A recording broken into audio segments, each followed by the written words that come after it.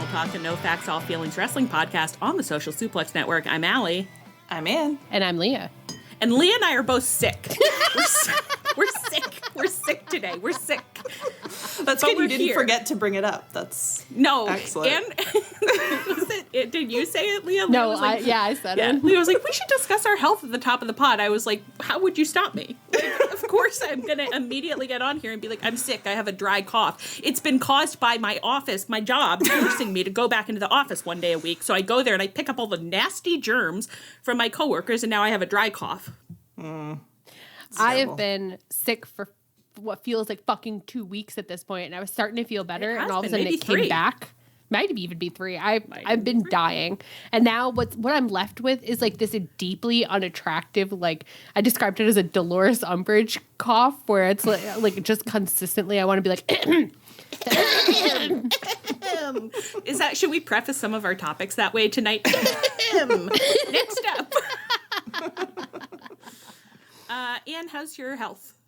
It's fine so far, but I have to go on a plane this weekend and then again in 2 weeks. So it's over I'm for sure you. It's all over. Fucking over for you. And I would like, today, tomorrow, I would just stand around and like breathe through your throat, like exhale through your nose. Just really like savor it while you can. Just really feel it. No, but yet maybe this is on me actually because. Okay, not your situation. I mean, your situation is your own, but I made a mental leap in my mind about how when I got home from the office on Tuesday, I was so exhausted from seeing people that I just lay down in bed and then didn't get back up the whole rest of the night. Like, that was it. I was just in bed. And so what didn't I do? I didn't use my brand new glucose spray that's supposed to go up the nose. I didn't use my not desalination. It's salinated. It's salination. I didn't use any of salts. the tools I had procured that were supposed to prevent this from happening. So maybe learn from my example and maybe get some of those things. Maybe. There is actual science? This isn't like a Joe Rogan thing? No, it's not a Joe Rogan thing. I will send you, if I can find it, I'll send you the article that I was looking at. And it's crazy. I mean, I guess some hockey players and Russell Brand gave it to her. Yes, it's my amulet. Of course it's my amulet. And of course it's very scientifically based, yeah. I loved to learn that WWE is hawking the amulet, too. The amulet is like the most fun thing that's like been happening on the internet this week, maybe? Could that be right? I think it's one of those things where if you like described it to somebody not online, it would almost sound cool. Like the internet's so upset about an amulet that we're all like, should you buy the amulet? What will the amulet do? To be clear, no one on this podcast has at any point asked, should we buy the amulet? We know that the amulet is fake. No, I don't think that amulets should be purchased. I believe that they should only be inherited with a curse already on it. Yeah. That's what amulets are for. They shouldn't be manufacturing amulets. No, and that's how you get protected from Wi-Fi and the radiation that's being given to us one of your ancestors foresaw the dangers of Wi-Fi and radiation and said, I'll cook up a little amulet to pass down through the family line. That is it. That's it. And listen, if you don't have an ancestral amulet, you should have a look. Yeah, my ancestors were not on top of the Wi-Fi situation. Boy, Scottish idiots. My God. Well, girls, here we are, though. Ill we may be, sad in mind, dispirited in body, and yet we prevail. Do we not? We're here. We're here. So right up front, let's just let you know we have merch. You've heard about it, but we'd like to mention it sometimes because we do think it's very nice merch. We'll just let you know that if you want it, you can get it at choptees.com. And we may be cooking up some new items for you. Yeah. There's something in the works. Pretty excited about it. Yeah. It is pretty fun. Yeah. If you like Diesel, you might like it. So I'm trying to sing it to the tune of If You Like Pina Colada. If you like Diesel a lot. And you want to use our pumps. That's kind of a little as a little teaser, you know? That's the ad we're going to release for it. Yeah. We should run little fake ads at the start of the show. Oh my God. What if the Social Suplex all cut fake little ads and then we put it on each other's podcast? Okay, our ad. Is smart. I know. That is smart, yeah. And in fact, I don't think I'm inventing something here. I think it's like cross-network marketing is like a normal thing. Well, no, but I think you're inventing something for us. Are we synergistic queens? Are we supporting the network and our peers? Genius marketing idea. All right, well, we're going to hop in the group chat and say, everybody hop on and record like a 20-second ad. I think everyone's going to love that. I can't wait to hear what Josh has to say about that. What, next week? Okay. Our next announcement, this probably won't surprise you now that you've heard the whole beginning of the pod, but we're a little wonky. We got a lot going on right now, and so we're just giving you a heads up. You'll hear about it again. We will be off in November. We're going to be on vacation in November. Oh, yeah. I'm so excited. Some of us will be on work trips more than vacation, but we won't be podcasting. Some of us will be 100% on. Some of us are going to Australia with our brothers, and we are going to be at the beach. So that's what some of us will be doing. Man. But others will be doing different things. You know, it's good we called off that third week because it looks like I'm going to have to work 2 to 10 in the afternoon. So horrible. Yeah. God. No talk November. No talk November. We'll come back on Thanksgiving Day. we are cooking up some filler content, a little light filler content for November. So you'll see something on the feeds, but unfortunately, whatever Tony has planned for the Full Gear push is not going to get a lot of attention from your girls. Simply won't be our business. It simply will not be. And I can't wait to come back in December and be like, now why is that happening? Because we not won't get have watched any answer. None of us will be able to answer.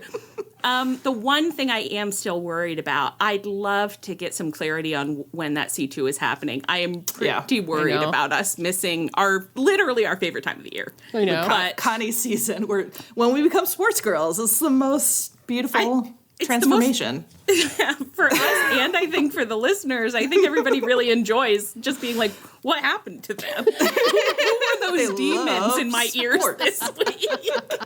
I bet it'll come back. I bet the Connie will start the week we come back. That's my...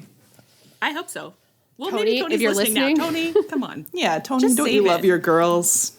We're going to be doing so much free advertising for that, Connie. I mean, we go ham, okay? So just keep it in reserve for when we get back.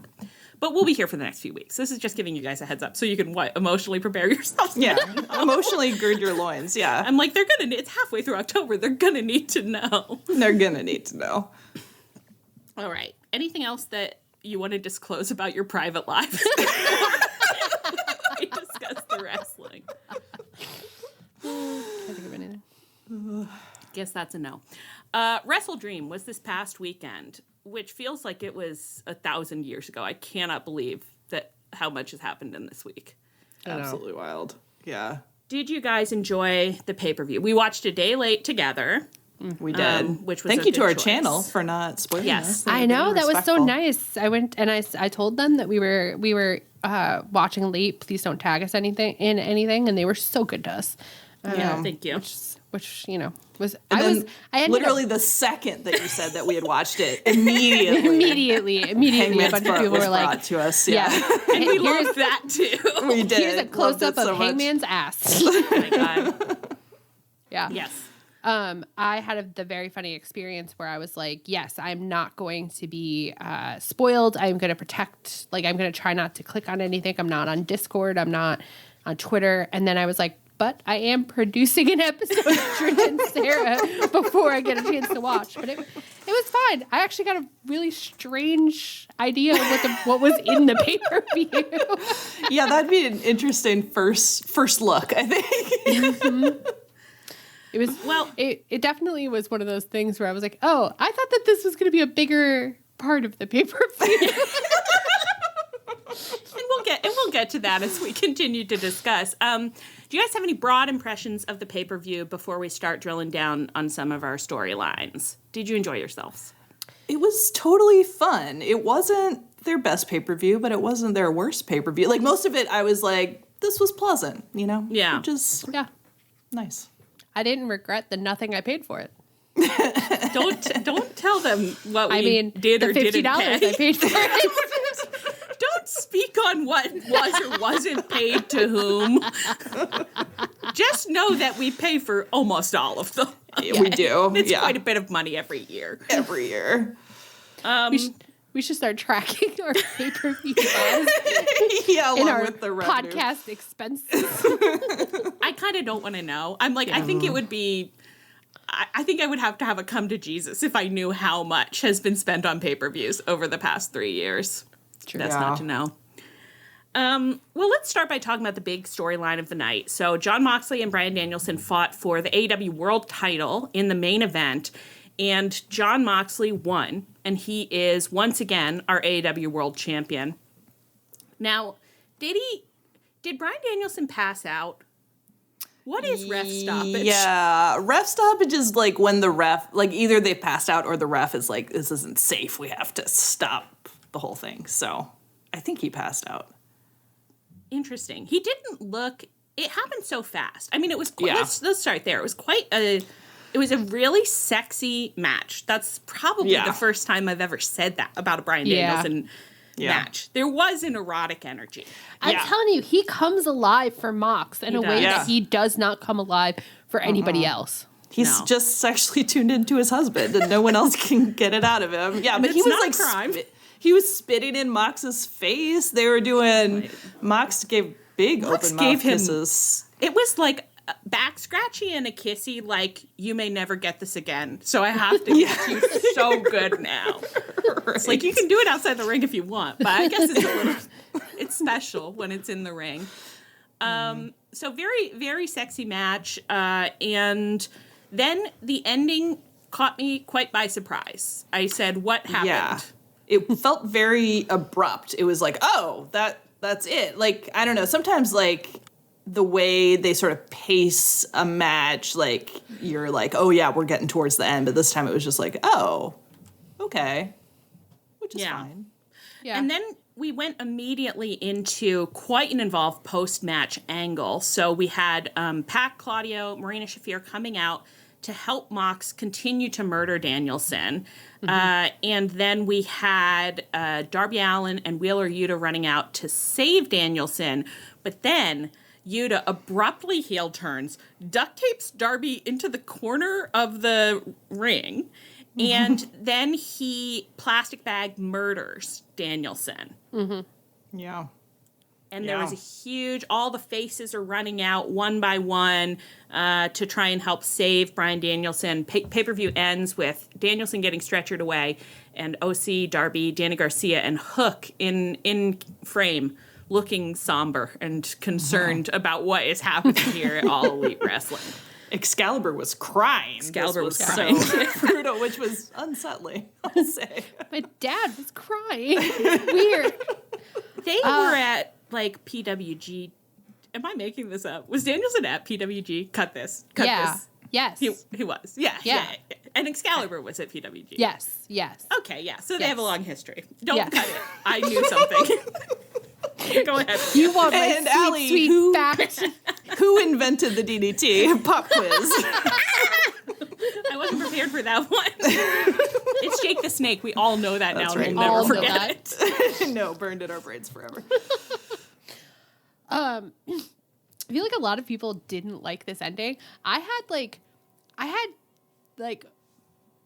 concerns about which faces came out, but ultimately, like, broad strokes, I was fine with it. Sometimes it is, like, kind of, like, entertaining to be like, oh, this was, like, the sad end. This is Empire Strikes Back where, everything's fucked? Yeah. We can't always end You gotta on a high watch note. Han Solo get put in carbonate sometimes. Yeah, I loved it. I thought it was, like, a very sexy end angle, although, like, the faces that came out were very odd, some of them. And then I would have preferred it if Yuta had stayed babyface and gone off on his own. But it was a lot of fun. And then afterwards, I got the enjoyment of all the ROH heads crying about how sad it was, how much they didn't like it, and how their sad feelings shouldn't have happened to them. You know, we all haven't liked things this year, so one for me, one for you. I had a great time. It was the horniest that I've been in a while, honestly. Yeah. Like, there was just so much happening, and it was stuff that was like, oh, this is going to continue to play out for a long time. This is about to be a big, big mess. I thought it was really fun. I had a good time. It was definitely the sexiest part of the pay-per-view, and it really sets up future stuff really well in kind of a unified way, too. That's one thing where you had a lot of weird people coming out, but it's like, oh, we've got all the baby faces here. And I think that's starting to get built out more. It became very clear to me, clearer than just watching the show, when I was doing the schedule, where I was like, oh, things are really, there's a lot of interlocking stuff right now. It's really hard to pry some of this stuff apart. So there were things that happened at WrestleDream or people you saw where it was like, it's weird that I saw that person, but now it's like, oh, but they're really in the storyline. So it's fine. Which is why I always am kind of glad that we always seem to record reactions to the pay-per-views after we've seen it, the Dynamite after. Yeah. Because I really do think it makes it so much easier to put the pay-per-view in context. Yeah, because you kind of get a sense of where it's going more, which is nice. And the storylines tend to play out more for sure. So, yeah. Jeff Jarrett was there. But that's okay. Hey. You know. If you wanted to run out now and then, okay. Let him. The one thing that I did put here before we move on to the zillion other things that now have happened with the storyline, I did just want to point out that so OC was one of the baby faces who came out at the end and was kind of looking at Mox like, how could you do this? And we did get a backstage segment with him on the pay-per-view where he was just there with Renee, and then Jerry Lynn came up and was like, Orange, don't you want to become a champion? Aren't you proud of yourself and you want to be such a good boy at Tony Khan's AEW? And then Hook came in and was like, yeah, OC, listen to him. And it was so, like... so weird. It clearly was it was like setting up, like OC is going to be like taking part in this feud or like playing the role of like, yeah, maybe I should be stepping up. But I don't know why the number one thing we're doing now when it's like we have to get them in place is we're like, well, just get an old man out there and kind of like give him a pep talk. Right. One that's hardly ever been on screen at all. Yeah, it was so funny. It was also odd for a pay-per-view. This pay-per-view had so many like in-ring talking segments and behind the scenes talking segments for a pay-per-view, which was odd. And then it was like, even as it was happening before the closing angle, it was like, oh, so I guess OC's going to get a push. But, like, why do we have this enormous hard-on for people giving people pep, like old men giving people they've never spoken to on screen before, like a big pep talk? It was very funny because I was like, I know from watching High Spots interviews that I'm sure Orange Cassidy is really happy that Jerry Lynn is we know that nice to him. Orange Cassidy is obsessed with Jerry Lynn. Of course, he loves Jerry Lynn. We know guy, that. Yeah. But the casual view. Somebody in this case, where every single High Spots interview with Orange Cassidy might not know that. It was funny. It's like I wasn't mad about it, but I was like, I think we could have come up with probably something that works better than this, but we didn't. And I guess that's how it is sometimes. Hook's addition is really what pushed it over into the full absurd. You know, like Jerry Lynn, you were like, that's crazy. But then it was like when Hook showed up, it was like, what are we doing? It's like, why did this random toddler then come and be like, yeah, he's right. Like, are we doing one old man and one young man, like an old priest and a young priest. Well, it's like, it's like the ghost of Christmas past, the ghost of Christmas future, and OC's the ghost of Christmas present. Is that what we're doing here? Maybe that is what we're doing. Maybe we're moving into Muppet Christmas Carol mode again. Let's go. Again, it's October, you know? It's starting to get that season. Yeah. Okay, also at WrestleDream, the Young Bucks fought Private Party and won. Matt Jackson wore more pearls than it really seemed like it would be possible to wrestle in, but he did wrestle in them for a while. He sure did. He's committed now. It was so many. And I'm sure they were real. I did notice that when they came off, they didn't fly off the string. You know, they all stayed there. So well. Someone is spending on his pearls. After losing, Private Party looked very sad and dismal in the ring, and I think they embraced, maybe. Does that sound right? Yeah. Yeah. And they, in fact, were so sad that they then approached the Young Bucks backstage on Dynamite this week to be like, we have to fight you again. We're actually so good, we have to fight you again. And Matt was like, you guys might have been our best, strongest opponents of this tag team title season. But we'll never fight you again, no. So, see ya. Did you guys like that? I think that Matt potentially went too hard in the pay-per-view, like pre-pay-per-view promo where he was like, you guys haven't done anything in 5 years. No one believes that you're challengers. And it was like one of the things where it was like, ooh, I don't think you should say that. But then like he's like, since then he's really been trying to do the thing where he's just a mama lion who's like, oh no, you've hurt me. You've done such a good job. Oh, you guys were so scary. I was crying. I would never fight you again.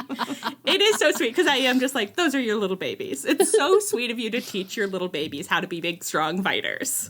I can't help but like feel that way every time he interacts with either Private Party or Top Flight. Totally. He just goes into a mom mode for me where I'm like, look at him. He's caring for his babies. He's teaching them to hunt. He should have taught them a little more over the past 5 years, I guess. Like, whose fault is it? I didn't say he was good at it.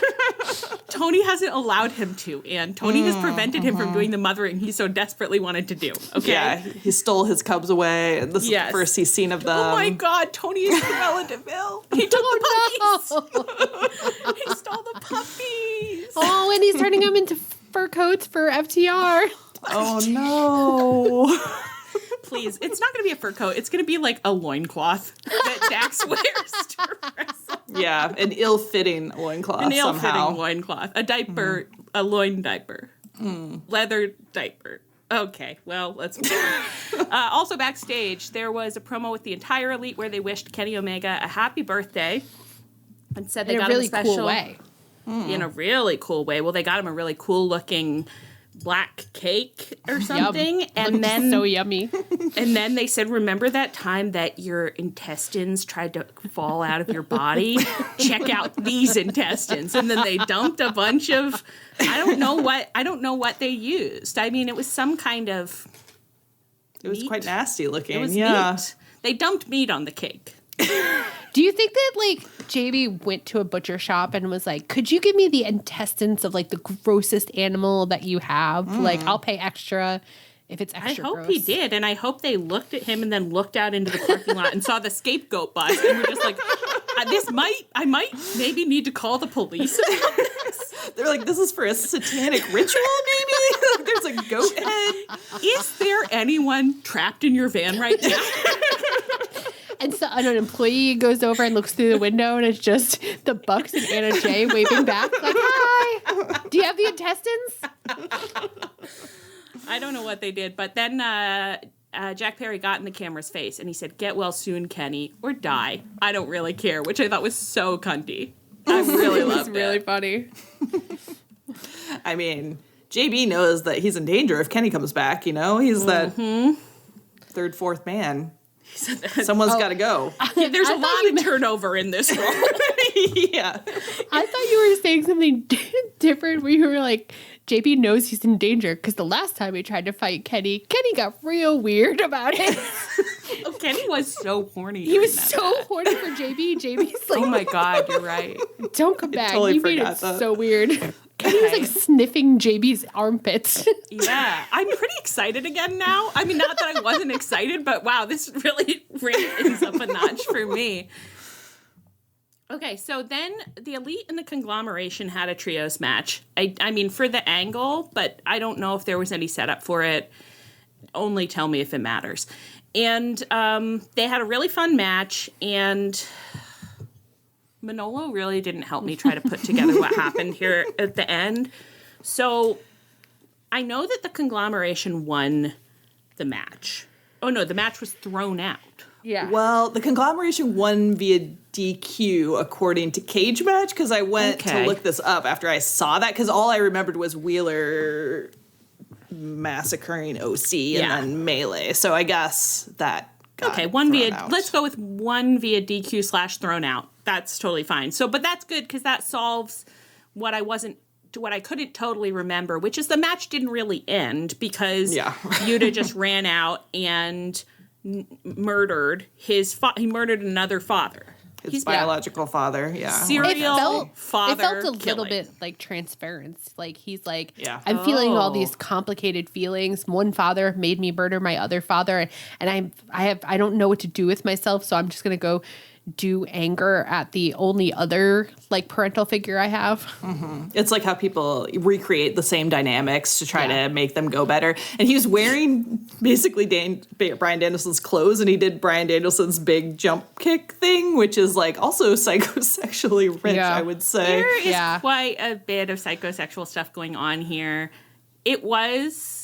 It startled me. It upset me. Yeah. I was very angry at him. And then, but also I got kind of confused in my mind because, of course, we all know that Dustin Chuck Taylor isn't wrestling at the moment and wasn't going to come out and save him. But I was like, you leave his father. You let him come out, kill his father. You're his other father. You're like his fourth or fifth father. And you don't come save. I did sit all the way up because I knew that he wasn't going to come out. But if he was going to come out, this is how it would happen. So I was like so tense where I was like, I knew he wouldn't be able to do anything, but I was like, it kind of seems like you should be here. This is your child. Yeah, your child's acting out. Just come talk to him at least. It was so upsetting to watch him come out of nowhere to just hit OC, just like... You leave him alone. He raised you. I was more upset about that than him plastic bagging Bryan Danielson. Absolutely. Oh, for sure. Yeah. Bryan Danielson kind of had it coming, you know. And I know that Bryan Danielson was horny about it. Like he wants to die in the ring. Put the bag on. Put the bag on. Where's OC? No, he's got a life to live. He's got other things to do. There's more Fast and the Furious movies that are going to come out. I don't love that now I have a new characterization. I mean, it's pretty much the same, but a new characterization of Danielson in my head where it's like he has floated this. No, what? Yeah, I can't get into it, actually. I don't think it would be appropriate for us to continue to discuss it. I think we better leave it on the table. So. Okay, so then this, yet again, we're in a melee segment where everyone is running out. You've got, okay, who do we have here? Top Flight comes in to try and save. Action Andretti is there. Mox murders Action Andretti. The Dark Order comes out. Murdered. Daniel Garcia, Private Party. The Elite, you'll remember, were in the ring when this started. Now, girls, what did those powerful men do? That was the funniest part of all of this is that, like, Matt was doing the facial equivalent of when we're, like, all our best to your family. Yeah, they, like, went to leave. So they're, like, halfway down the ring, but then they just kind of turned around and they're just watching it with these expressions like, oh, no, oh, this seems bad. I'm not going to get involved, though. That's crazy. It sucks for you guys. As guys are, like, running past them, like, bumping them as they... And Alex Dark Order actually yelled at them and was like, dude, what are you doing? Come with us. And they're like, no. It's so funny. Baby. Matt's face was so funny. It really was just like, oh, shit. This is fucking wild. And it did, like, with a little hint of, like, am I in charge here? Should I do something about this? I don't know what really I could possibly do. So funny when you have this sort of abortive, like, the Elite are, taking over AEW that kind of went nowhere, and then now Mox is taking over AEW, but the Elite are sitting there like, oh, we had more of a, like, fun goof energy, like, more of a passive-aggressive energy, I would say. Allie, explain the rest of the Daniel Garcia thing, because I do have a point to make about that. Oh, yeah.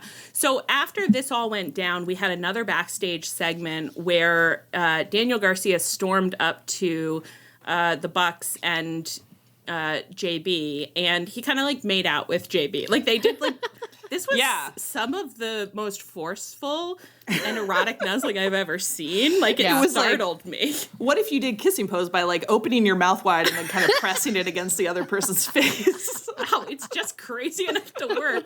But then he was, like, yelling at the Bucks, being like, sorry, are you good bosses or not? Are you going to do anything about this? And the Bucks were kind of like, probably not. I doubt very much that we will. And I was obsessed with that because I do think it's like, this is the problem with the Elite taking over, is that everybody kind of wanted it, you know? Like, I think like the vibe was very much like Daniel Garcia's like, you've been saying that you're going to take over for 3 months. We've all been saying, yes, please take over. Now we're actually being threatened. Can you do something about it? And it was just sort of, it was very funny where I was like, that's why this never would have worked, is because everyone was like, yeah, that's what we want. We want that to be happening. They never could get past the alignments being so fucked up, because, like, the whole, like, the Elite against Punk thing, but the Elite are heels and they're bad for AEW is just, like, never gonna work. And then they just kind of backed off and have done this, like, weird half-hearted version of it for, like, a long time now. And it's like, well, it's not so much half-hearted as, like, neutered, you know, where it's just like they just keep like, they're ineffectual. Whereas, like, but it was interesting to me that, like, Daniel Garcia seemed to be appealing to, like, them as people, like, not, you know what I mean? Like, he was like, I know you want what's best for AEW. And, like, I think that I want what you want. So you should be mad about Mox. And Matt and Nick were looking at him like, oh, but, like, Mox might hurt us. And that's not cool, you know? And it actually would be really cool. I would love to see it. I'd love to watch Mox hurt them. Yeah, if the Bucks did hit... It was interesting because I think somebody in one of our group chats was speculating about whether the Bucks could go face on this. And they kind of could. I don't know what that would do for JB, so it's, like, kind of interesting. But it is, like, the Bucks could very much be like, wait a minute, like... No, like, Tony sucks ass, but we're not destroying the company. Mox isn't allowed to declare war on the company. Like, we were fighting for our vision, but if it comes to the company versus the company not existing, of course we're team AEW. Right. It could be like a really sexy come to Jesus moment of being like, what has been going on here for this past year? I don't know. It's all quite complicated because it's like, I do really understand why the Elite had to come back as heels, because it's like they just, like, didn't really know what the response was going to be. And now I'm like, am I losing years? When has all of this happened? What is happening? Whatever. Punk was fired a year ago. Yes. At All In. What went wrong is that I remembered when they came back from the first incident, but then the next incident didn't happen until the next year. That's right. Look, whatever. But yes, it always was confused about, like, who is good and who is bad here. And this is, like, playing with some of the same story stuff, but it does make much more sense, except that I don't, like, really understand what Mox I don't understand what mad Mox at, but I don't really care. No. I like it. Yeah, I'd love to know what Mox wants specifically, but I am loving it. And it is just, like, trying to do, like, a work shoot thing with the Bucks. Like, it just didn't work as well as just doing, like, a pure kayfabe Mox thing, I think. It's like, let's just do, like, a fictional storyline. Because it's like, I don't believe, like, Mox the person wants bad things for AEW any more than I believe the Bucks do. But it's like, since it's so divorced from anything work shoot, it's like, I can just, like, buy that Mox is a maniac right now, you know, and it works. Yeah. Although I'm happy for all that we got out of those initial months. It was fun for a while there. Yeah, it had a lot of promise before they kind of pulled back on it. Who knows what happened in there? Anyway, so we did get this on-screen moment with the Bucks left, and then Daniel Garcia is there with Private Party, and he's basically was being like, it's about to get pretty rough out there, boys. Like, but if you've got your back, like, if you've got my back, I've got yours. It was very, like, I don't know, it was so funny where it was like, gangs are going to be roaming the streets, and if we don't join up, and I was like, you guys have been joined up. You're best friends. I'm well aware.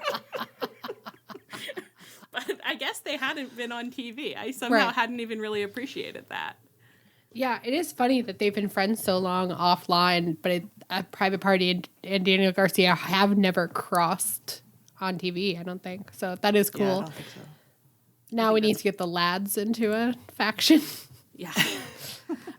Okay, and then finally that the Conglomeration Elite murder melee spilled backstage, and we got another backstage segment where they're all still brawling, and Marina is like murdering men straight up. It's so delightful to watch.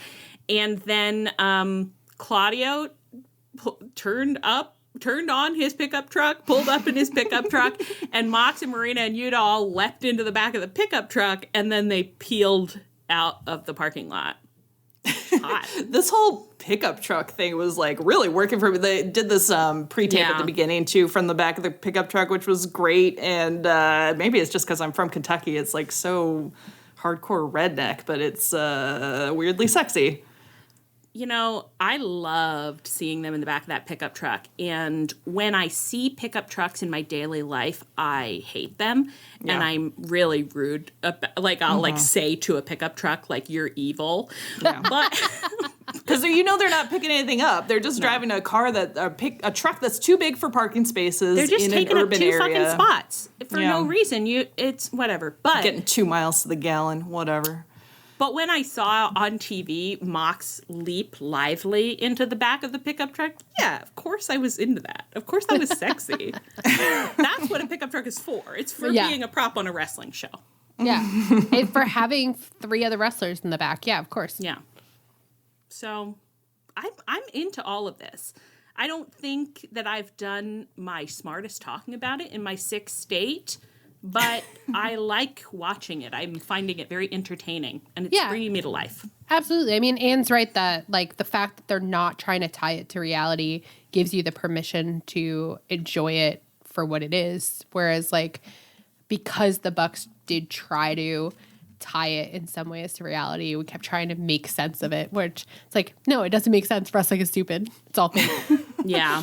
They were just having to navigate too much stuff. Like, they were still navigating the real world fallout at the same time, which was a real complicating factor. But it's so pleasant to be like, there's no complicating factor here. No. There's no, like, personalities that we're trying to deal with or, like, stories that we're trying to respond to or stave off. Like, it feels really nice to have left that behind. Yeah. And then to get a second run at something that was kind of happening with the EVP storyline and then didn't really ever pan out, where it's like lots of people are involved here. We saw every little baby face that we have watched grow up, like, make an appearance in this storyline. And yes, there were moments where it was like, oh God, why is this person running out? But then at this point it's like, oh, because they're all involved in the storyline. That's fun. It's fun for this to be something that's going to, like, touch a lot of, it's going to be multiple storylines that are converging. I always like when the show feels like it's like everybody's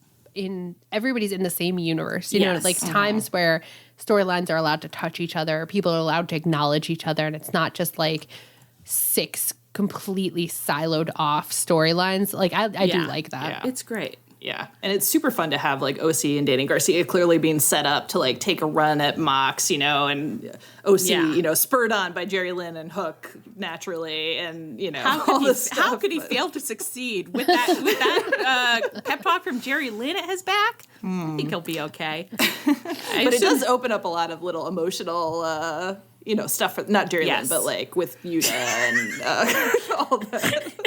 Jerry Lynn, I assume, is not going to be... Finally, Jerry Lynn on screen. This is my time. I hope Jerry Lynn is as involved as Jeff Jarrett was. Yeah, just constantly coming out to be like, oh, see, it doesn't seem like you care about this. And then we get Eddie to, like, you know, give a promo from his sickbed to also be like, oh, see, you don't seem like you care. No, I straight up want a match where Jerry Lynn whips the shit out of Yuta. Oh, my God.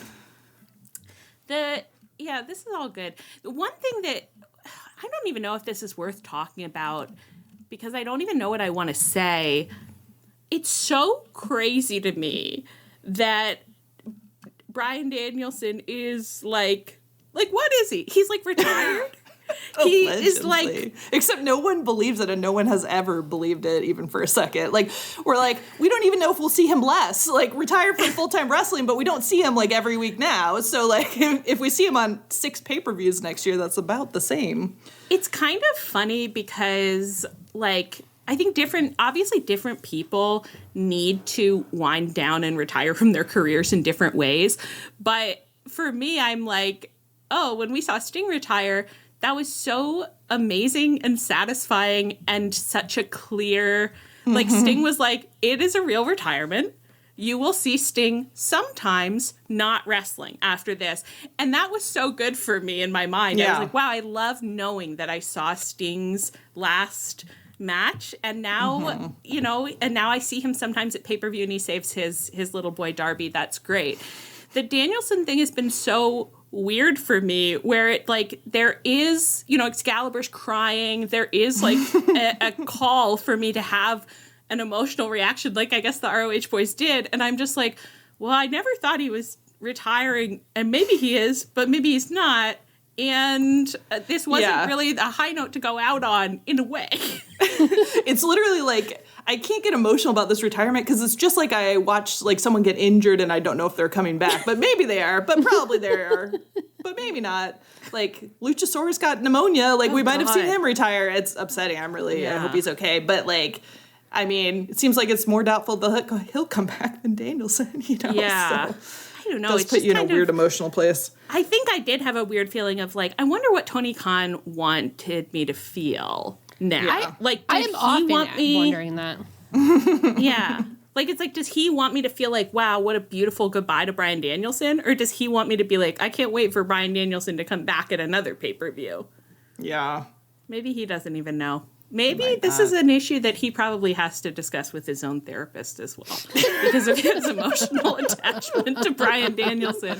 It's hard to tell other people how to feel when you don't know how to feel. Wow, so true. All right. Well, let's talk about Adam Cole. Adam Cole returned during WrestleDream. Oh, God. Okay, so Jack Perry and Shibata had their match at WrestleDream. And Jack won, and then he kept attacking Shibata afterwards, beating him up. So Danny Garcia ran out to save Shibata. And then MJF's music hit. This is a classic clown car. MJF's music hit, so he came out, and Garcia was like, get in this ring, because I'm still so mad at you. And MJF did get in the ring, and then JB hit Danny Garcia, and then MJF kept hitting Danny Garcia. So then Adam Cole's music hit, and then he came out, and MJF ran away. So then on Dynamite this week, Adam Cole cut a promo, not quite opening the show, but pretty much opening the show, just explaining why he is a good guy, actually, and MJF has been a bad guy this whole time.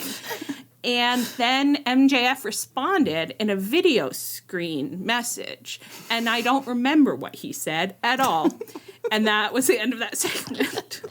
So MJF said, well, they are both trying to take the same argument, which is funny and has like moments where I'm like, that's an interesting thing to try to do.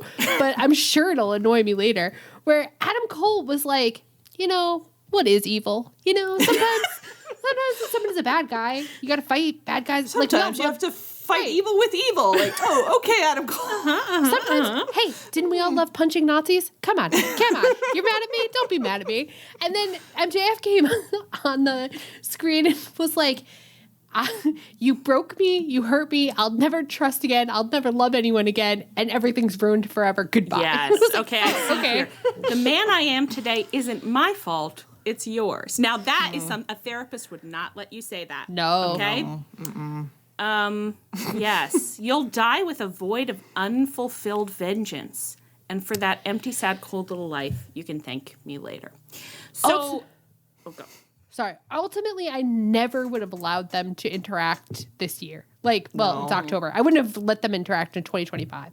I maybe would have come back to this in 2026 and it would have been fun, but I would not have done it. However, if for some reason WBD is being like, hey, the deal. It actually hinges these on muchachos letting money. these people. Yeah, You know you that have David to put them Zaslav is deeply invested in the Yeah. muchachos. So if you have that stricture where you're like, you have to put them together again, I don't know how you get through this. Like, the tack that they're trying that, like, aren't we all a little evil sometimes? It's like, I'm like, could I think of anything that much better? No. But I also wouldn't have Adam Cole come out with the faces in other segments. I'll tell you that for free. Well, yeah, because I'm like, if you're going to present the argument of, like, we all are a little evil sometimes, if Adam Cole is presenting that argument, it's like, yeah, Adam Cole, you are a little evil sometimes because you're evil. Mm-hmm. Because you're a rat fuck. Yeah. It's like you can't trust anything he's saying. Like, as he's saying this, and I think you maybe said this too, like, the crowd didn't seem to know if they should be believing him or not. Because, like, of course you shouldn't. Yeah, right. I thought the crowd was so interesting because they weren't rejecting it. It's not like they were chanting over him. Like, we've seen it when they've got restive and not into it. It wasn't that they were not into it. They were listening, but they weren't cheering at obvious cheer lines, and they were just sort of like, what's going on here? Yeah, what's happening? It really is crazy that they put them together again, because, like, I feel like we were so much more tolerant of the brochachos than, like, everybody else was. Like, I was into it for most of it. Yeah, I really liked it. But, like, it got so bad towards the end that now, like, MJF has to climb out of a hole for me, and Adam Cole too. Like, whenever I see either of them, I'm like, oh God, this shit again. And then when they're interacting with each other, it's like, are you serious? Like, we got to change something up. We got to, like, change your guys' presentations. And, like, MJF has done this heel turn, so, like, now we've got to turn Adam Cole face because we're, for some reason, going back to this well. It just seems bananas to me. I think it also just seems so strange because it's like, you guys need,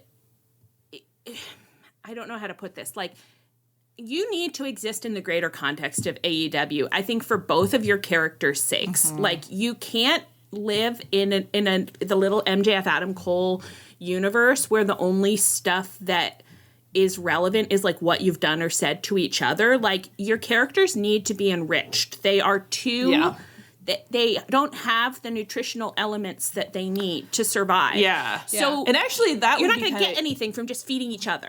Yeah, that would be kind of interesting, too, with all this mock stuff going on. Like, if Adam Cole came back and kind of, like, acknowledged that he had been bad, but it's like, oh, but, like, what Mox is doing is wrong. I'm, like, against that. And, like, he could kind of turn that way and, like, maybe do some of the other... I mean, I don't know. I don't even know if he should immediating babyface turn when the last time we saw him was the devil stuff. I mean, he's a heel. He is a heel. Yeah, we didn't even get to see him as a heel. The thing is that he already did this to us once, right? Like, he beat the shit out of the Bucks. Oh He, like, turned on the Bucks and beat their asses, and then disappeared. And then came back after 9 months or whatever and was like, I'm a face and I've always been a face and I don't have to apologize for anything and I'm just inherently a face and I am protecting everybody from Chris Jericho. And it's like, I don't understand what we're doing here. So in a big in-ring segment that I hated at the time, I wish that it was a required part of promos that you had to be like, what is my motivation for, like, anything that I do? Because I don't... Like, Adam Cole is, like, the definition of no matter where you go, there you are. You know what I mean? Yeah. Like, they can try to make him a face, but he's always going to be a rat face, like, jerk, sleazebag, wearing a face mask, you know? Face. Right, so play with... I just invented that. But it's like, so play with that. Like, I don't... Yeah. It's... I don't know. It's so... I just don't really understand... Well... I understand that that Adam Cole with his concussions and his broken ankle and stuff has been in a difficult position of, like, he's around, he's doing stuff, and then he goes away for a long time, and then when he comes back, it seems like they're like, well, people are probably going to pop for that, so we'll face turn you, and so you'll be a face when you come back. But it's like, we're just not doing any storytelling here. We're just, like, always retconning stuff, and it's not... I don't know what they should do. I don't know what they should do with these two. Yeah. I agree that I just, like, wouldn't have let them at each other right away. But if you are letting them at each other, like, I think you need to figure out, like, what, I don't know, is this going to impact other storylines in an interesting way? Are you going to use it as some kind of, like, trigger for some other big happening? Like, I can't imagine that it's just going to be a fairly straightforward MJF Adam Cole feud, because we can't really be doing that. I don't think we're going to be doing that. No, and one of our friends pointed out, too, that Adam Cole hadn't changed up his presentation, like, even a little bit coming back, which I hadn't really thought about, but I was like, oh, yeah, like, when Hangman came back, like, different theme song, different lighting, different, like, all this stuff, and, like, obviously he had, like, a much more coherent storyline, but it was like, oh, in terms of, like, my exhaustion and irritation with MJF and Adam Cole, it would actually really help if they, like, were like, okay, I'm going to be, like, really different this time. Like, you're going to see a different character out of me. It's like, I would be like, okay, I can give you a chance and see what this new thing is. Grow a damn mustache, Adam Cole. Exactly. We could see if it helps, you know? It's worth a shot. It was really startling to hear someone be like, he just hasn't changed his gimmick in 9 years, and think about all the wrestlers we know now. And, like, we do know wrestlers whose gimmicks haven't changed very much, or who have evolved fairly organically. Like, OC is a good example of, like, the gimmick hasn't changed, but the character has changed to a certain extent. But we also know it's like people like the Bucks, where it's like there are certain, like, consistent elements of the characters, but then they magnify them really extremely in different moments, and you can point to, like, this was that era of the Bucks, this was that era of the Bucks. And that is, like, a fun thing about wrestling, that it's, like, weird to be like, oh, Adam Cole, you don't really have, like, you have the boom, baby, I understand. But you don't have, like, an OC, like, gimmick where it's, like, really clear, like, oh, this is who this person is. Right. And this is, he's kind of just a guy. Yeah. Just a guy. Not really a gimmick. Yeah. He doesn't really have, like, Taylor Swift eras. Right. No, he doesn't have his eras. So it's kind of like, well, maybe, I don't know, just maybe play with an era. Let's put an era on, and let's just see how it feels. Try out kind of a big character. You could be a Painmaker. You could be a Lionheart, you know? There's all kinds of things in the world. I would love to say, Adam Cole, have you considered, like, a weird, creepy juggalo? Like, I thought you were going to say, I would love to say, Adam Cole, have you considered sitting under the learning tree? Listen, I think he could. That would be the funniest thing for his first comeback to be against Jericho, and his second comeback to be like, no, I'm here to learn. I don't know. How do you solve a problem like Adam Cole? It's like, he's just such a sweet guy, but it sucks rough. Because I like him. I like him as a person and often as a wrestler, but, like, I just would do it differently. I would just do things differently. I think I wouldn't do what he's doing. Yeah. And then, too, like, just the fact that he and MJF are always getting these, like, long in-ring segments up front, it just makes me, like, resentful when it's like Jamie Hayter came back to, like, almost nothing, you know, and it's just like, oh, and now we have to listen to, like, a 10-minute monologue that makes no sense. Like, cool. Yeah. It wasn't my favorite, but, you know, we'll just see what happens for the next 3 weeks until we clock out. And then we'll come back and maybe Adam Cole will be different then, you know? No, this is how we should start ending these segments. And I'm sure they'll fix that while we're gone. What gimmick are we going to do for our big retirement match in November? Oh, my God. When we come back, who are we going to be? Yeah. Oh, my God. I don't know. I hope I'm a really relaxed girl who isn't sick. Oh, my God. That's probably my big wish, is that I'm really relaxed for the and stars. I'm tan. Maybe I'll get an accent. Okay, how?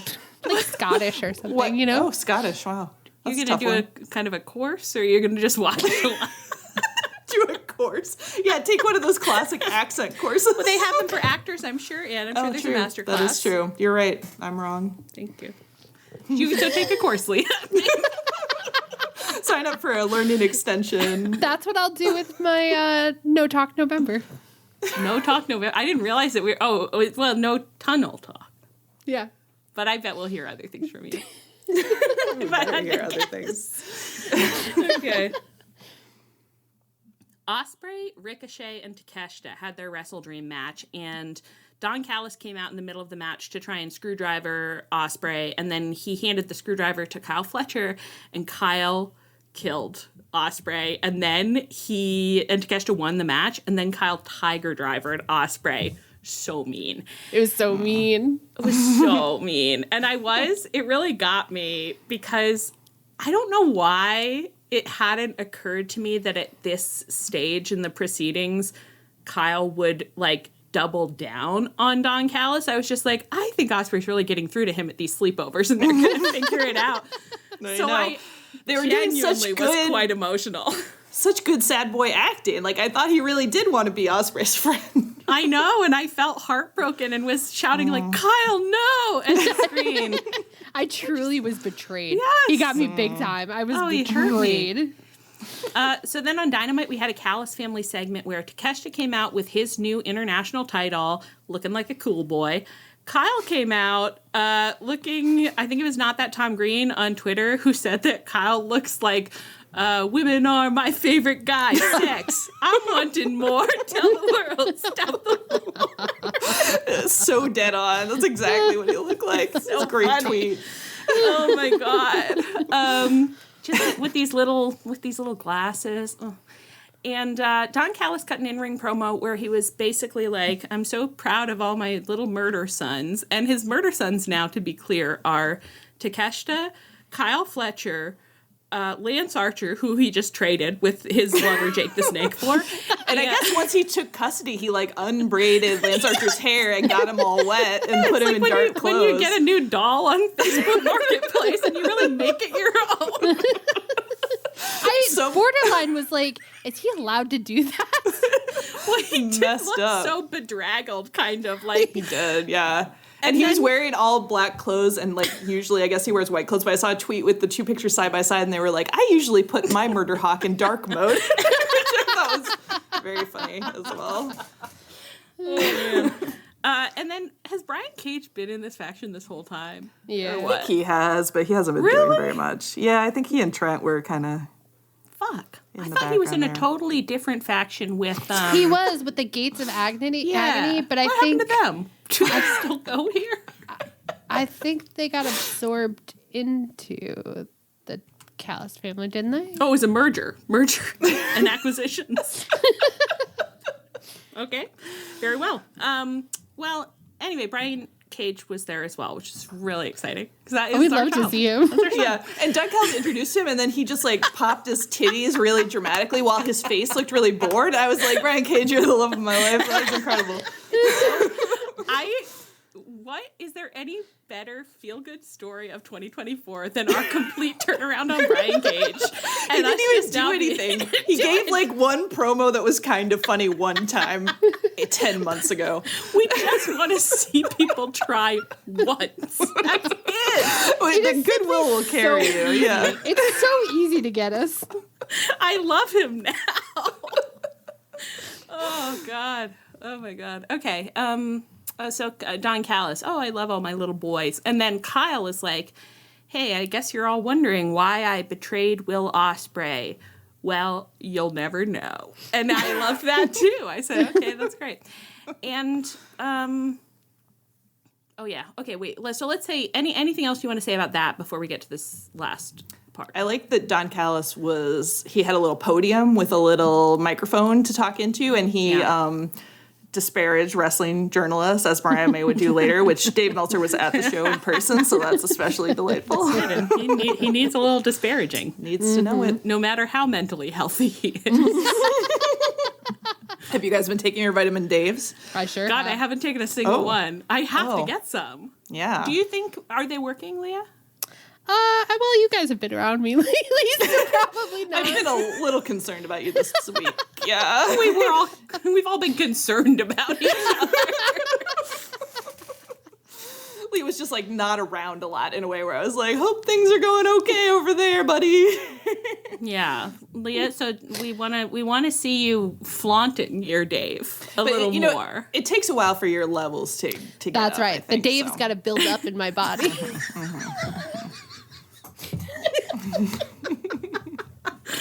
You want those days build up, yeah. Yeah, you're gonna want a terminal velocity of data in there for sure, and then you'll be rocketed. I don't know what I'm saying. To the heights of mental health. To the heights of mental health. That's exactly it. Lee, I think I thought you had something to say about Kyle and Ospreay doing their sweet boy acting. Not anything like that smart. just that like this was such like a simple little story, and they had so much fun like telling it, and I'm glad that they got to tell it because I think it was good for both Kyle and Ospreay to stretch their little muscles. And I think people sometimes are so mean to them, and I'm like, they did a great job. When my first graders put on their musical, I applaud. I don't say, well, this isn't Broadway. What's that supposed to be? No, it's not Broadway. It's Going Buggy. Okay? So it's Going Buggy. It's a little musical about bugs singing songs. And they did amazing at it. Okay? They played ladybugs. And they had a very fun number. Wow, I'd love to see them as ladybugs. Do you guys think that for the Halloween Fright Night show that people are going to dress up? If they don't, I'm going to riot. I need a fun Halloween episode. Do I not deserve something fucking fun? Mm. And spooky? And scary? I hope they do. I hope we get a lot of costumes. I thought they did, honestly. I think they've been doing a good job this whole time. I really like them. I know. I like Kyle Fletcher. I like Will Ospreay. I think they're doing a pretty good job. Okay? Your guys' defensive tones in both those rants is so funny because you're like, I think it's nice to see people try, okay? Well, that is kind of how I feel. I think I have found it a little like difficult to access unhappinesses with any of what Ospreay has been getting up to because I'm like, he showed up pretty game. He said, I'm going to try to tell stories. They're not all going to work. I'm going to do my acting, and I'm going to do my big, crazy wrestling moves. And I knew I would like his big, crazy wrestling moves, so I'm pleased that I mostly like the other stuff he does, too. Yeah, it's crazy, because it's like so many people come into this company, and they don't try that hard. They don't know Will Ospreay, when That's he shows up, true. he's trying. He puts his whole pussy into it. Yes, his whole os pussy. Can I call the episode that? Do you think I get like arrested? By whom? Just mark it explicit. Apple Podcasts will let it on there. Okay. And stare meaningfully at everybody who showed up and hasn't tried Samoa Joe. Oh my God. And then we're getting gaslit by people all the time who are like, all the time. Oh, Samoa Joe is so good. I'd love to see this feud with Samoa Joe. Samoa Joe's really like putting in the work. It's like, I don't know shit about that man. He gave one interesting promo and he hasn't done anything the rest of the time, even as I've been screaming, like, please engage with your competitors. And he's just like, I won't. But I have a nice suit. That's not enough. People straight up lie and they're like, his reign was one of the most important ones. And I'm like, shut up. Aren't people giving us strange information from other companies? They're like, Samoa Joe, amazing. His promo's amazing. And then they're like, Ricochet, really bad at talking. And then he talks and it's like, well, he and Samoa Joe, frankly, seem on the same level to me. So what are we doing seems like here? He's trying harder than Samoa Joe. Yeah. Samoa Joe, I do understand that it's like he has a natural cadence. Certainly. Like, he is very good at talking, but he never said anything that suggested that he was interested in telling a story. Now, Ricochet hasn't said anything that's like super great storytelling, but they set us up to think that the man wouldn't be able to get a word out. And actually, he did the funniest thing we've ever seen this week, and now we love him forever, and he's our child. Does one of you want to say what he did? You know, with my match with Ospreay. It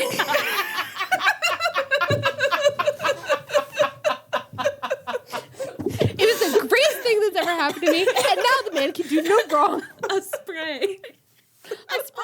I don't know. I love Ospreay. I don't know if he meant to do it. I don't know if it was an accident. Did you guys watch his Hey EW also? He just like giggled through the whole thing. It was very like, oh, Ricochet, you're like not funny at all, but you're a really game laugher. I love it. God, that's so important precious. In any workplace ecosystem. So true, yeah. So yes, Ricochet did have a little backstage promo, which he didn't really say much of anything at all. He basically was just like, Takeshita didn't beat me. He beat Will Ospreay. and I want to be a champion, and I'll fight someone on Collision. That was it. But he did say, Ospreay. That's all you needed. Really. That was his Brian Cage moment where I was like, yeah. Of course, now I'll die for him. Poor Brian Cage is like, I had to fucking labor for 4 years to get this my Brian Cage moment, and Ricochet shows up. He has one in a month. I don't know what to tell you. I don't know what to tell you. Oh my god. Do you think that this is like with Kyle betraying Ospreay? Do you think that like this is gonna drive him towards like Ricochet, like as like kind of a tag team, or not even fully tag team? Ospreay and Ricochet could be like a thing. Yeah, wow. That's what I was wondering. I was like, could it drive them together? I'd be interested. I was actually very impressed with Ospreay in this match, this 3-way match. I was like, every time I looked up, he was doing great flips. I'd love to see him and Ospreay flip together. Does Ospreay have any other friends? No. Or was Kyle his only friend? I know what you meant, but it came out so mean. Does he even have any other friends? But he doesn't have any other... No, because he came in semi-affiliated with Don Callis, and so I don't think he's really branched out from there. Well, I'll once again advocate for the storyline that no one has yet done for us, where someone with no friends just joins a different faction every week and has a little bit of an "Are you my mother?" energy.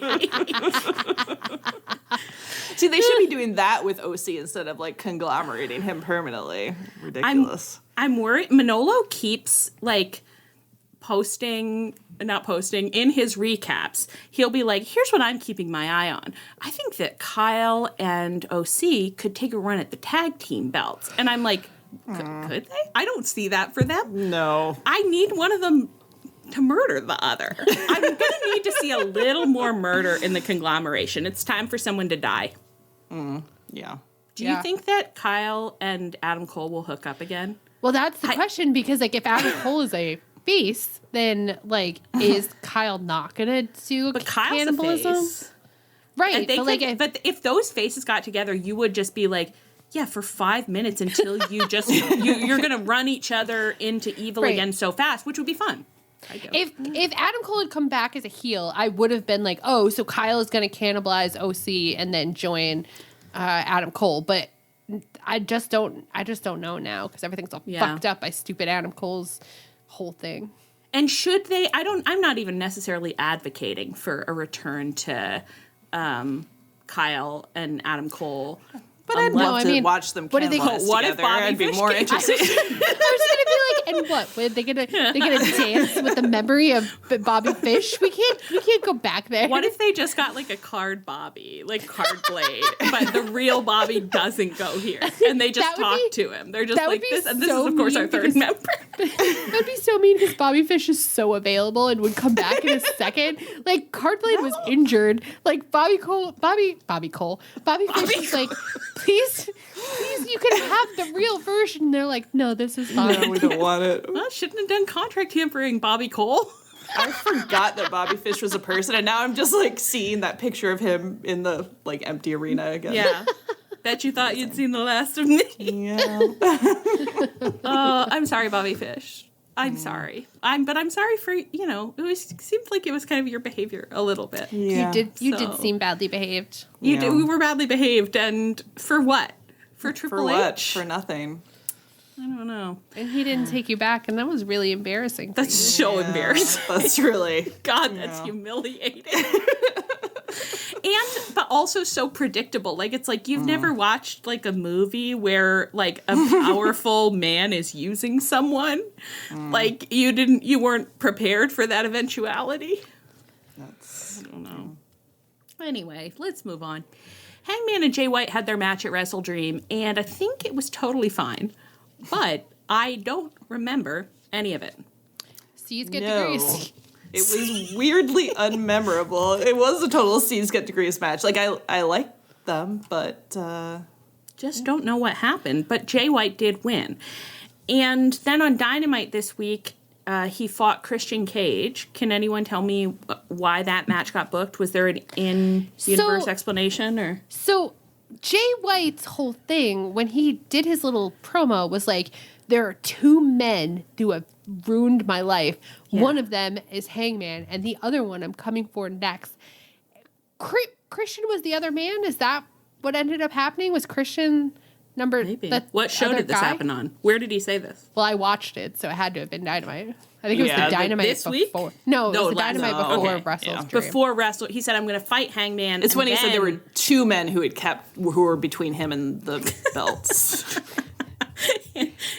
and Zoom gave us some balloons for that. I'm really sorry to Jay White. I guess I wasn't listening. I just don't know. This is what's going wrong with this feud, is that I'm not really sure. I think Jay White and Hangman have fought a shit ton of times, and they could have done some sexy stuff with that. Well, I was flabbergasted when I realized that this was their third match at AEW. I would have confidently said they hadn't touched each other at AEW, so I was wrong about that. But they must have been they were both trying to get that match against Danielson at All In. Yes. So they fought in that. And I think that's the match where Christian interfered to help Hangman, but I don't know why. This did happen because I saw the pictures. One where Christian he's won lying down. The Money in the Bank thing that he's been carrying around?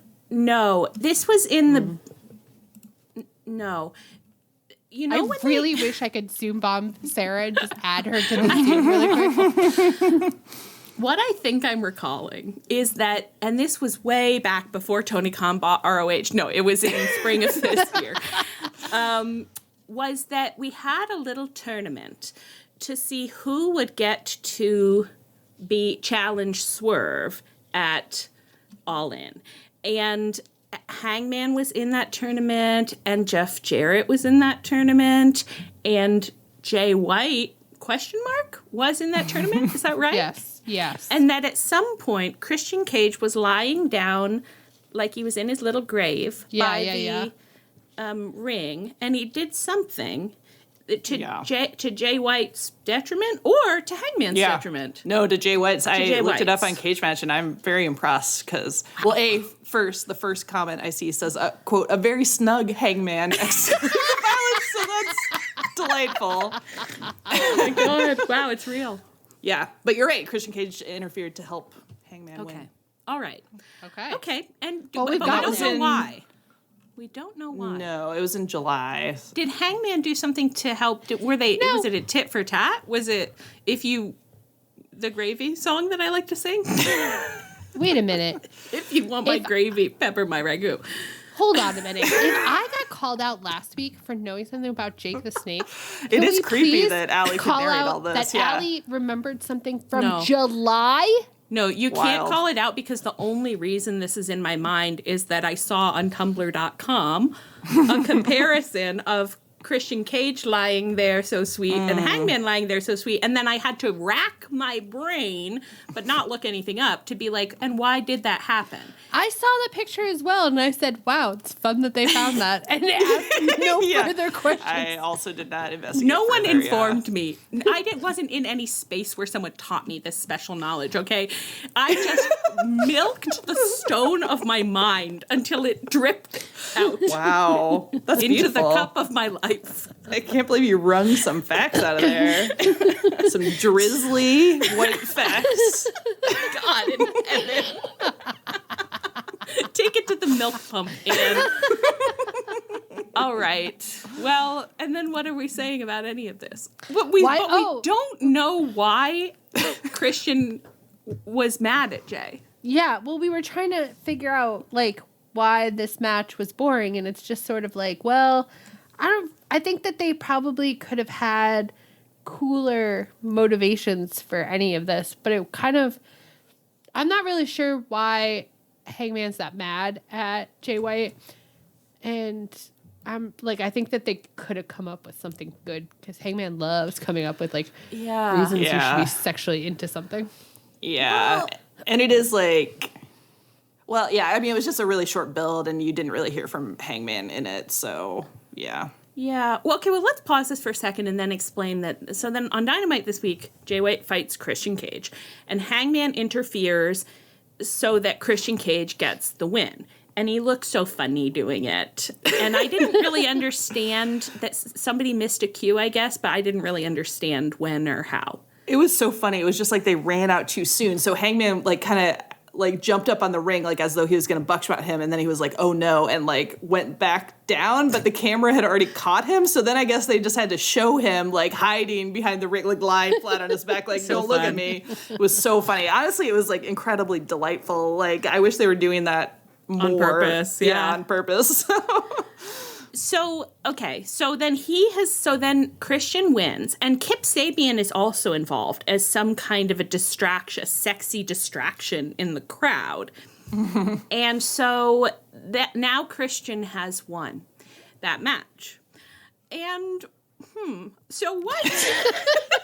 So now what is happening? You know, is Hangman still in a feud like your energy of like, so what conclusions can we draw from that? Like, I don't know, man. I'm like a teacher who's completely lost the plot of her lesson. I'm like, so what else is about that? Does anyone know? Like, are they, and what's Christian up to? And as I've written here, does Hook have something to do with all of this? Because I thought I recalled. So I know that someone attacked Taz.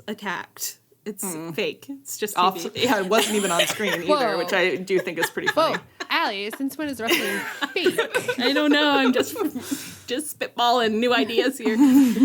Someone attacked Taz in the parking lot, and Hook has been really angry about it. And he's been like, when I find out who fucked up my dad, I'm going to really not like that. I'm going to really not like that. And for some reason, in the old noggin, I am wondering if Kip Sabian somehow was involved in that. Maybe. Or Christian was. Maybe. And guess I'm wondering if Hook will be involved here, or whether that's like Christian has escalated from making fun of dead dads to creating dead dads. You got it. You have to keep pushing the bar in this life. I think there's not a super strong through line in this feud right now. And I understand whatever's going on with Christian obviously has been impacted by poor Luchasaurus, legitimately all of our best to him and his family. So there might be some pivoting involved, but I wouldn't say that I understand what anybody wants right now. I don't think I know what anyone wants. No. Kind of Jay White, I guess. What do you think he wants? He wants the belt, and he wants to destroy the two people who kept him from the belt. So yes. Well, I personally, if I were a wrestler, I would get the belt and then deal with people who didn't want me to have it. It does seem more direct. On the belt first. Yeah. It's just me, though. Well, any other thoughts about this? It does feel very confused. And maybe now Jay and Hangman are just going to go their separate ways and do their separate things, which I guess is fine. I guess. Well, I'm like, it's fine, but also like, I feel like they're capable of really getting me going. And so I'm like, if you all want to take another run at it, I'm at my leisure. Yeah. But like, I guess... Yeah, I haven't gotten a very clear indication that they do want to. No, but I'd love to get any kind of indication. Or it's like, again, let's pop him into the BCC sitch. Let's mix him into the little baby face Malay and have some rich discussions about, like, no matter how mad you are, Hangman, like, do you want this company to burn down? And I don't know, or Jay White could, I don't know, kiss someone. These are just ideas. That's all I got. AEW hires us, and all our pitches are like that. They're like, again. What is it's like in Arrested Development? It's called Single City. It's called Fuck City. That's exactly. But again, you can contact us at tumbletalkpod@gmail.com, and we are available for hire. Okay. Imagine if we did get hired to work in wrestling. That'd be a real left turn for my life to take, but God, I wouldn't say no, probably. The way Pepperman would be like, thank God someone else is a boogeyman. And we'd be great targets for anyone who hates Tumblr, Twitter, I'll tell you. Actually, if you just want a little lightning rod. Take some heat away from Pepperman, We'd just be on Twitter all the time being like, and this storyline we came up with is actually based on a Georgette Heyer novel. Oh my God, they'd be so mad. They would not like it. It would not go over well. Like, really watch the works of Nora Ephron to come up with this one, the fury that men would reach.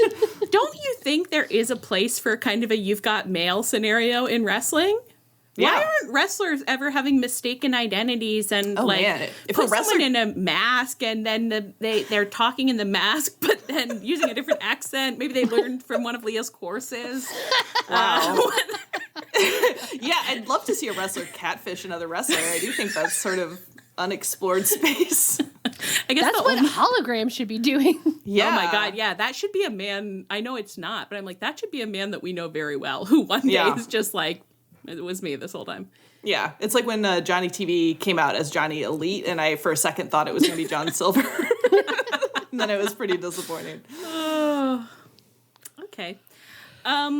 Mariah and Willow had a perfectly good match at WrestleDream, and then on Dynamite, Mariah cut a promo calling everyone in the women's division cowards because they won't step up to fight her, and then she screamed, "What does Christopher Daniels even do here?" Which I loved because it is exactly what you would scream at a vice principal. He's not even a principal. Yeah. No one knows what he does. He annoys everyone. What is he for? It was very like, you're not even my real dad. And then you're just my mom's boyfriend. You're not even my stepfather. I'll never call you dad. Christopher Daniels, migraine, rubbing his temples. He's like, I have never asked you to call me dad. I have never asked anyone here to call me dad. This is my place of employment. This is my job.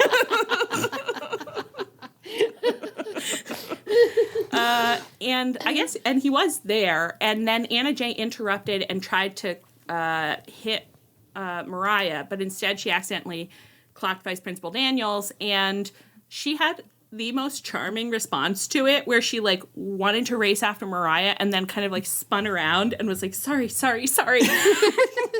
Which again is probably what would happen if you accidentally punched your vice principal. So she's the love of my life. Anna Jay, I'm obsessed with you. She's gonna fight Mariah on Battle of the... Yeah. We can't. There's a fucking Battle of the Belts. Didn't we just have one last week? No, it was Title Tuesday. It was Title Tuesday, yeah. For God's fake event. I think they're going away in the new deal. Yeah, thank God. They could. You know what my favorite thing about this, though, is that I don't think it's for the belt. I think it's a title eliminator. So Battle of the Belts, this match isn't even for the belts. Tony? It's so funny how the belts have literally like never changed hands except maybe on the first Battle of the Belt, and I think it was just an ROH belt. I think that Tony, it's like clearly he's like, oh, we need to save belt changes for a special occasion. Like, we don't want to waste them on Battle of the Belts. Tony, joy is not made to be a crumb. Okay? we're not hoarding things anymore. When something is delicious and ripe, we just eat it. But I mean, not that Anna Jay should become the champion. She shouldn't at this moment, but I think we could have had a few more belts change. There's so many belts. Surely one of them could change hands. Yeah. I like this. This seems fine. There was a tweet from Mina today that she was like, wait, I'll be there soon, in response to something Mariah said. And that was interesting to me because I was like, this obviously is a kayfabe thing, but did also feel like, okay, but maybe I think something did get held up. Yeah. I think it's a visa issue. Sense.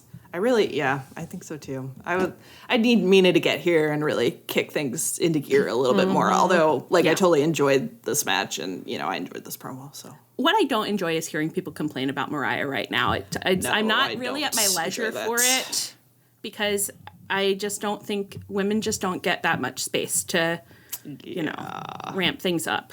So I want. It's truly like, can you give her a minute? Like, calm down. No one Seriously. can. No one can give anyone a minute for anything in this damn business. They'll give Samoa Joe as many minutes as he wants, but not Mariah. Okay, well, it was actually, he had a really important reign. He had a really important and memorable reign that we all remember. Oh, yeah. We're all very invested in that. God help us. Okay. Oh, my God. But remember when he did say that he was going to be on that panel? He was going to be on the... Yeah. But then he never did it. There was going to be a panel that decided who got a shot. Was that it? And you had to go. You had to go show before the your committee. Evidence before the committee. Of course, we loved that. Anytime someone might have to go before a committee, you're like, yeah, that's a Introduce some bureaucracy. Yeah, that's where the comedy is. Nobody ever showed us a committee meeting. No. Mm-mm. Oh, it was not even one. Oh God, that was so fucked up. That was fucked up. Of all the things that AEW has promised and then never delivered on, that's maybe the worst. This is so sick. Samoa Joe, just like a politician. You can't trust him. What, Leah? What did MVP call Shelton Benjamin that I was also obsessed with a couple weeks ago? It was something like that. The claims department? No. The complaint department, right? Yeah. That's funny. The way I know that if BTE still existed, there would be the stupidest thing about that. Oh my God. We could get 6 weeks out of the complaints department and it would be the funniest 5 minutes of my week. Every time. Every time. All right. Well, speaking of MVP, okay. Yes. All right. So Swerve was at WrestleDream and he got an in-ring promo where he was like, I'm going to talk about my past, present, and future. And I said, well, no, we can't. No one is allowed to talk about their past, present, and future in the ring anymore. But he just got interrupted immediately by MVP and Shelton Benjamin, who came out, and MVP was like, have you given any more thought to joining me and ditching your dump-ass manager, Prince Nana? And Swerve was like, I've thought about it, and I'm actually a loyal person who won't be dumping Prince Nana. And Prince Nana capered. He was dancing. Swerve did such a good job with this because he was listing, he was like, Nana does this, and he was listing all the terrible things Nana has done, and including selling weed to the high schoolers in a parking lot. Still sells weed to high schoolers. And then he turned and he was like, yeah, I know about that. And Prince Nana had the funniest face where he was like, oh shit, boss. And then he ended it and he was like, but the one thing about Prince Nana is he's family. And it was that was the moment that I was like, yes! Do you think that this tweet is about Prince Nana that I included that just says, my liege, your jester just fucking bit me? That's a complaint that went to the complaints department. Oh, yeah. Wow. I would love it if they had a complaint box where little things like that get written on slips of paper and put in there. You know who would have so much fun with that is Stokely Hathaway on Twitter. Oh my God, he should make his new bit pulling things out of the complaint box. What I would really like is, you know that the episode of The Office with the complaint box where no one has ever looked in it, and Michael is like, we're going to get to the bottom of these, and some of them are 10 years old. That's really what I would like to be happening backstage. Yeah. For there to have been a complaints box for the past 5 years that no one ever unlocked, and Vice Principal Christopher Daniels gets bullied into opening it up and running through all of the complaints one by one. That would be a fun, time capsule of things that have happened over the years. Yeah. That would be fun. They should have done that for their 5-year anniversary, really. Fuck. Why aren't we hired? Yeah, these are the great ideas that we do. Infuriating the IWC with. Girls, we don't want this on the show.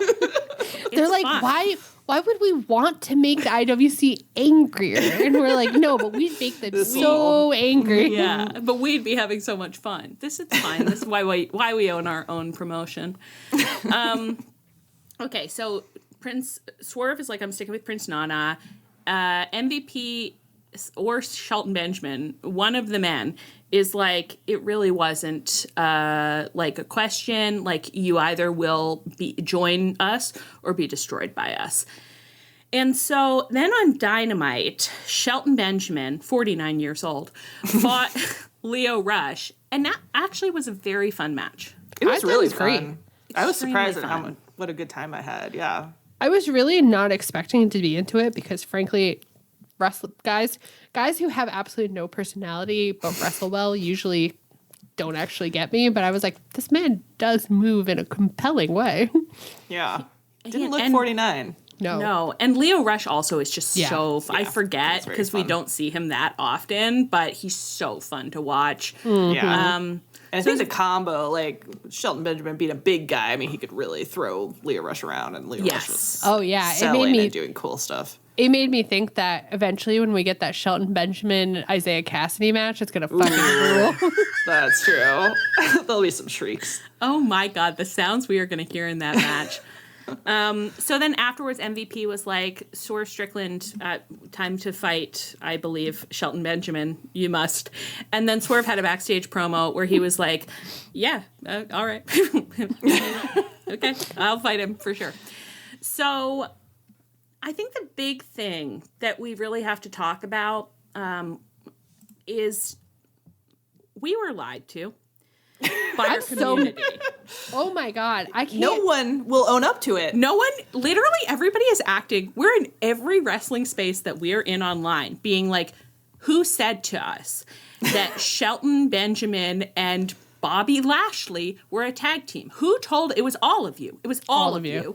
All of We're you. out there being like, the Hurt Business are a tag team. They're going to debut in the Tag Team Casino Gauntlet. Like, you're all talking to us like, we don't fucking know anything. We're children, okay? We're just little fucking babies. And you're talking to us like, of course, everybody knows the Hurt Business is a tag team. But this past week, we learned that they're not. Someone and tells everyone us, was just like, yeah, they're not. Everyone, like, no one apologized. No one said, oh, sorry you thought that, but no. They're just like, yeah, of course they're not. What do you mean, of course they're not? We're being gaslit.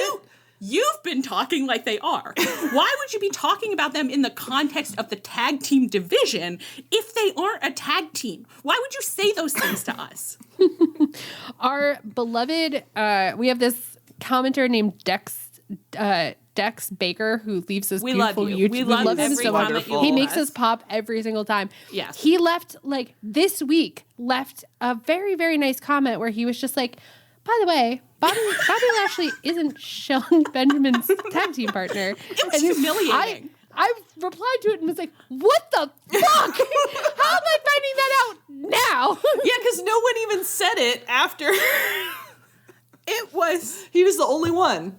It was, thank you so much for saying that to us. No one else, everyone else misled us in the first place and then never corrected. Like, what is going through some of your heads? I love you all, but the what things we is get happening? Corrected on a daily basis. That's true. People love to correct us. They're always like, you said that was in 1996, but it was in 1995. We're out here being like married lovers, Bobby Lashley and Shelton Benjamin, and you're telling me those men are barely friends? They were loosely associated in a faction? They're not married lovers? We say married lovers and you say ha ha and don't even correct the assumption. I'm starting to think that our listeners are not taking tag team marriage seriously. Or us seriously. I'm like, do you like seeing us humbled and mortified? We're in your kindergarten class. We don't know anything. You can tell us anything. You're just behind our back being like, oh, it's so sweet. They don't know how to pronounce any words. Oh, it's so cute. They said the stupidest thing the other day, but they look so cute saying it. Please, we are human beings. Okay, please help us with our dignity. With our dignity. It's a hard job, but someone needs to do it for us.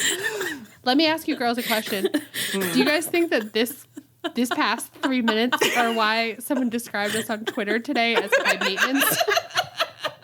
Actually, that's true, because I was like, high maintenance, like, you just listen to us, you don't have to maintain our emotional state, but maybe you do, actually. Yeah, maybe that's not wrong. Have we ever done this before, though? Have we ever publicly lambasted our listeners?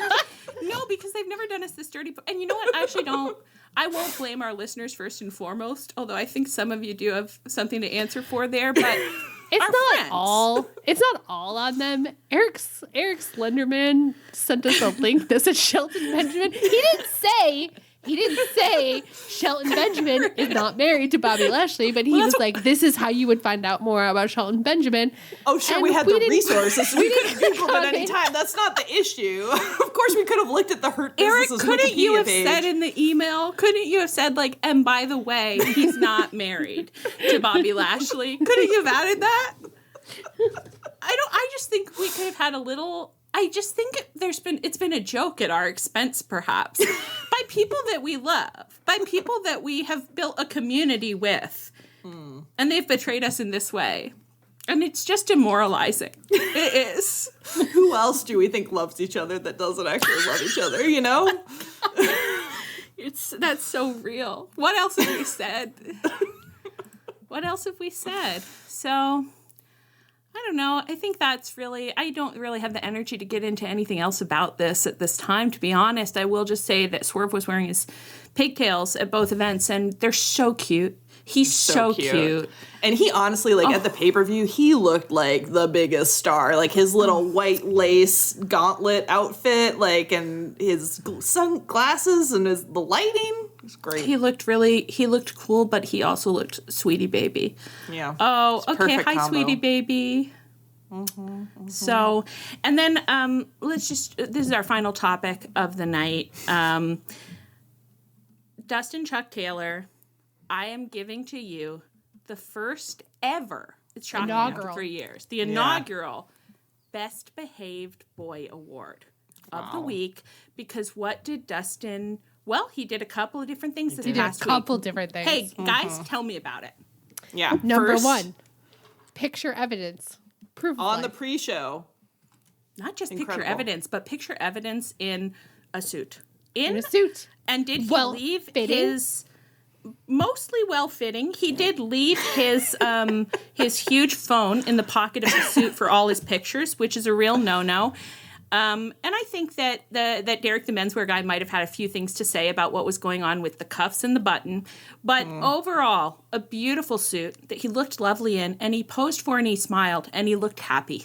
Did beautiful poses. So cute. Yes. So delightful. Never seen him look so happy. No, not in a long time. What else did he do?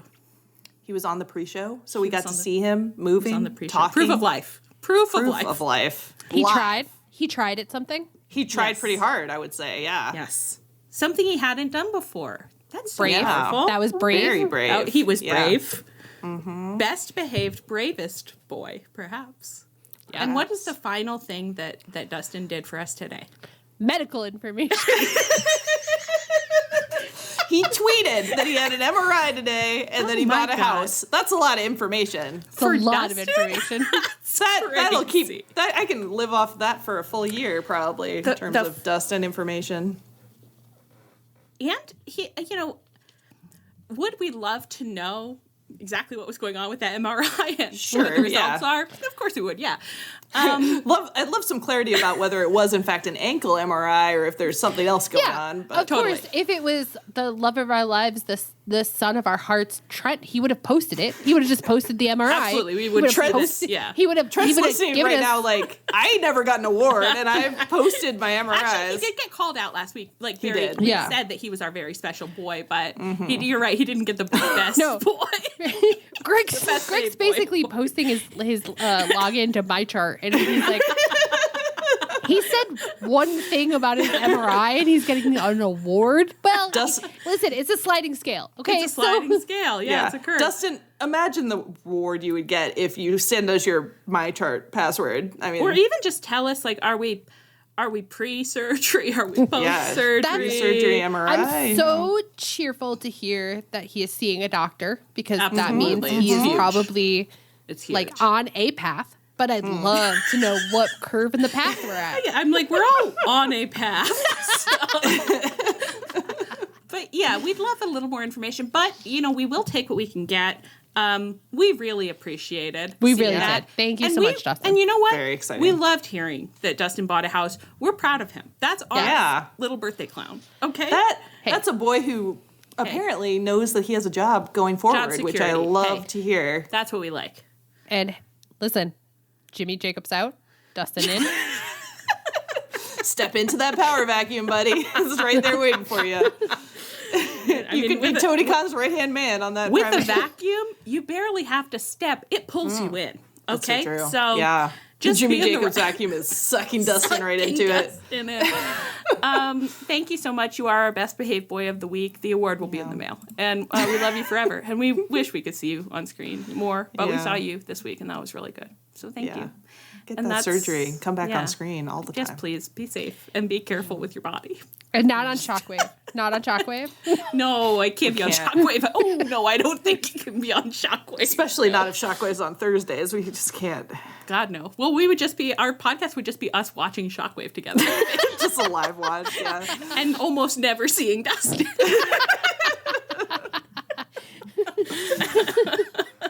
Just like 2 hours of long pauses and be, is that hit? No. No. Okay, girls. Did I miss anything you really wanted to talk about? Nope. No. Great job in your sickened state. Yes. Thank you so much. And thank you to both of you for being the two powerful legs of a stool that we are. We are that stool. And on that note, I've been Allie. I've been Ann. And I've been Leah. My God, it's Tunnel Talk. Our theme is by Chris Corkin. We have merch now. You can find it at choptees.com. You can find us on Twitter and Tumblr at Tunnel Talk Pod, via email, tunneltalkpod@gmail.com, on Twitch at Tunnel Talk Pod. You can also find us on the Social Suplex Network feed, where you can check out some of the other great podcasts on the network and perhaps hear us shilling their merch in future, depending on what we pitch. And you can find us on the Social Suplex Network Discord, where all the learners, God, who do I think I am, Chris Jericho? Where all the listeners we just lambasted hang out with us. Please rate, review, and subscribe to us wherever you get your podcasts. Stay snug or stay frosty or stay soft. And please come back next week.